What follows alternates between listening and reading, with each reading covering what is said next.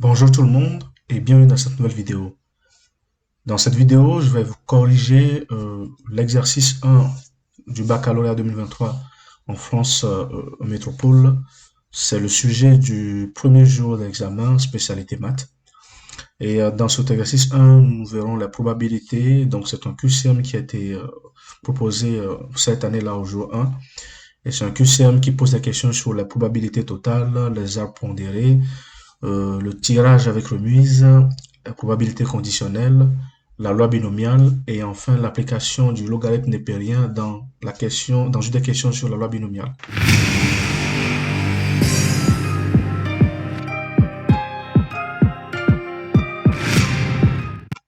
Voici l'énoncé. Je vais tout d'abord le lire en entier et ensuite traiter la question. Quoique, puisque je n'ai pas l'ensemble de l'énoncé ici sur la page, je vais donc plutôt lire l'énoncé et nous allons faire les questions au fur et à mesure que j'avance. Exercice 1. Cet exercice est un questionnaire à choix multiples. Pour chaque question, une seule des 4 réponses est exacte. Le candidat indiquera sur sa copie le numéro de la question et la réponse choisie. Aucune justification n'est demandée. Aucun point n'est enlevé en l'absence de réponse ou en cas de réponse inexacte. Les questions sont indépendantes. Ça, c'est quelque chose de très important. Un technicien contrôle les machines équipant une grande entreprise. Toutes ces machines sont identiques. On sait que 20% des machines sont sous garantie. 0,2% des machines sont à la fois défectueuses et sous garantie. 0,2% des machines sont défectueuses. Le technicien teste une machine au hasard. On considère les événements suivants. L'événement G, qui est la machine, est sous garantie. L'événement D, qui est la machine, est défectueuse. Les événements G bar et D bar qui désignent respectivement les événements contraires de G et D. Pour répondre aux questions 1 à 3, on pourra s'aider de l'arbre proposé ci-contre. Donc c'est un arbre qui a été proposé mais qui n'est pas complété. Pour la résolution de ces 3 premières questions, je ne pense pas que nous ayons besoin de compléter l'arbre, mais nous verrons bien. Question 1. La probabilité P de D sachant G de l'événement D, sachant que G est réalisé, est égale à, il faut donc choisir la bonne réponse. Commençons déjà par calculer cette probabilité. Cette probabilité, ça veut quoi? C'est la probabilité de G inter D, c'est-à-dire que l'événement G et D se réalisent simultanément sur la probabilité de G. La probabilité de G inter D, c'est la probabilité que la machine est sous garantie et est défectueuse. Eh bien, l'énoncé nous dit que 0,2% des machines sont à la fois défectueuses et sous garantie. Donc, ça fait donc 0,002. Nous allons convertir le pourcentage en nombre. Divisé par P de G, qui est la probabilité que la machine soit sous garantie, c'est 20%, donc ça fait 0,2. Et ce calcul nous permet d'obtenir 0,01. Et qu'est-ce qu'on considère? Nous considérons que c'est la réponse B qui est la bonne réponse. Donc, la bonne réponse, c'est la réponse B. Question 2. La probabilité P de G bar inter D est égale à, donc la probabilité de G bar inter D, c'est la probabilité que l'événement G bar et D soit réalisé. C'est une probabilité que nous ne connaissons pas. Cependant, nous savons que l'énoncé nous dit que 8,2% des machines sont défectueuses, c'est-à-dire que l'énoncé nous donne P de D qui est égal à 0,082. Ça, c'est la probabilité des machines qui sont défectueuses. En utilisant la formule des probabilités totales, nous avons donc P de D qui fait P de D inter G plus P de D inter G bar. Ça, c'est la formule de la probabilité des probabilités totales. C'est encore égal à quoi? À P de G inter D, parce que l'on place G avant D ou D avant G, quand il y a le signe inter, c'est la même chose. Plus P de G bar inter D. Qu'est-ce que nous remarquons? Que c'est cette partie-là que nous devons calculer. Et donc, cette partie-là, en l'extrayant, nous avons donc P de G bar inter D, qui fait donc P de D moins P de G inter D. P de D, c'est 0,082 et P de G inter D, c'est 0,002, tout simplement. Et ce calcul nous donne tout simplement 0,08 qui correspond à la réponse B. La bonne réponse est donc la réponse petit b. Question 3. La machine est défectueuse. La probabilité qu'elle soit sous garantie est environ. Donc, nous voulons calculer la probabilité que la machine soit sous garantie, sachant qu'elle est défectueuse. Ça veut dire la probabilité de D inter G divisé par la probabilité de D.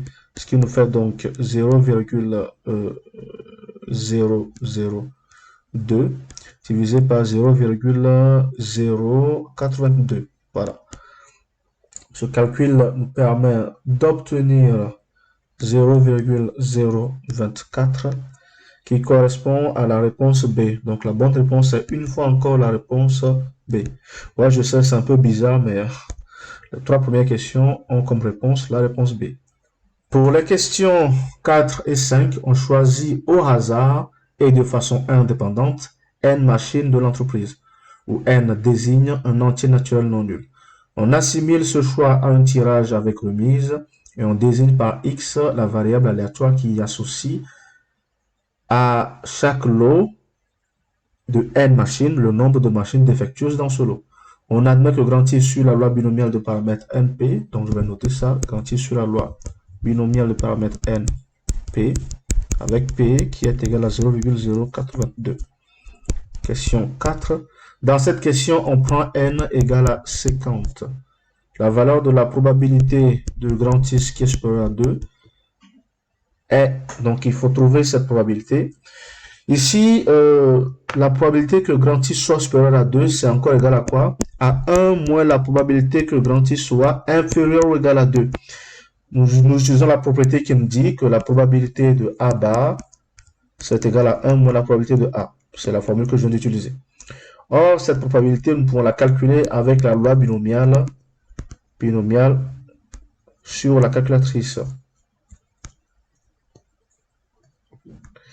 Eh bien, lorsque nous la calculons, nous obtenons donc P de grand T supérieur à 2. Ça nous fait 1 moins 0,2114119.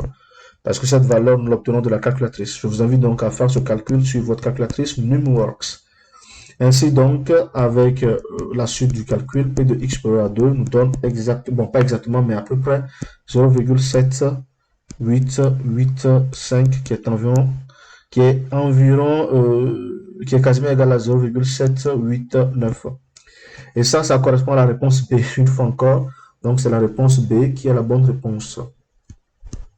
C'est assez étonnant qu'il n'y ait que des réponses B. La question 5, peut-être que ça va changer cette fois-ci. On considère un entier n pour lequel la probabilité que toutes les machines dans lot de taille n fonctionnent correctement est supérieure à 0,4. Donc on veut que quoi? Que P de grand X qui est égal à 2, c'est-à-dire qu'il y ait 0 machine défectueuse, soit égal à 0,4. Voilà, ça c'est ce qu'on veut. La plus grande valeur possible de n est égale à. On va donc calculer cette probabilité. Nous avons donc la formule P de grand X qui est égale à K est égale à quoi? La combinaison de K dans n fois la probabilité du succès puissance K fois 1 moins P, la probabilité du succès, le tout puissance n moins K. Bien, nous allons appliquer cette formule tout bêtement. Hein. Donc, P de grand X est égal à 0. C'est donc égal à N0 fois P puissance 0, 1 moins P puissance N moins 0. C'est donc égal à quoi? C'est donc égal à 1 fois 1 fois 1 moins P puissance N. Et qu'est-ce qu'on veut? On veut que ça soit, alors ce n'est pas égal, autant pour moi. On veut que ça soit supérieur à 0,4. On veut que ça soit supérieur à 0,4. Ça veut dire simplement que 1 moins P à la puissance N est supérieur à 0,4. En appliquant la fonction Ln qui est croissante sur R plus, R étoile plus, eh bien nous avons N fois Ln de 1 moins P qui est supérieur à Ln de 0,4. Ainsi donc, sachant que 1 moins P est un nombre inférieur à 1 et que 0,4 inférieur à 1 sont deux nombres négatifs, et donc en divisant, nous avons donc le signe de l'égalité qui va changer, et nous aurons 0,4 sur Ln de 1 moins P. En faisant le calcul, eh bien, il faut que n soit inférieur à ln de 0,4 et ln de 1 moins 0, P c'est 0,082. Voilà. Ce qui veut dire que n, d'après le calcul, est inférieur ou égal à 10,7. La question demande d'avoir la plus grande valeur possible de n, c'est que n est égal à 10. Ce qui correspond donc à la réponse C. Ah, pour une fois, c'est la réponse C. Ce fut la dernière question de l'exercice 1 du bac maths 2023 en France Métropole. Et donc, cette vidéo prend fin. Je vous remercie d'avoir suivi cette vidéo. Je vous invite à me suivre régulièrement et à suivre régulièrement ma chaîne. Je vous invite également à liker cette vidéo, voilà celle-ci. Je vous invite à la commenter avec vos questions et vos interrogations. Je vous invite également à vous abonner à cette chaîne parce que vous verrez régulièrement de nouvelles vidéos qui parlent de sciences, d'études académiques et j'en passe. Je vous invite enfin à consulter la description de cette vidéo pour y voir mon adresse mail sur laquelle vous pouvez m'envoyer des exercices un peu plus compliqués et des interrogations que vous aurez du mal à mettre dans les commentaires. Merci, à bientôt.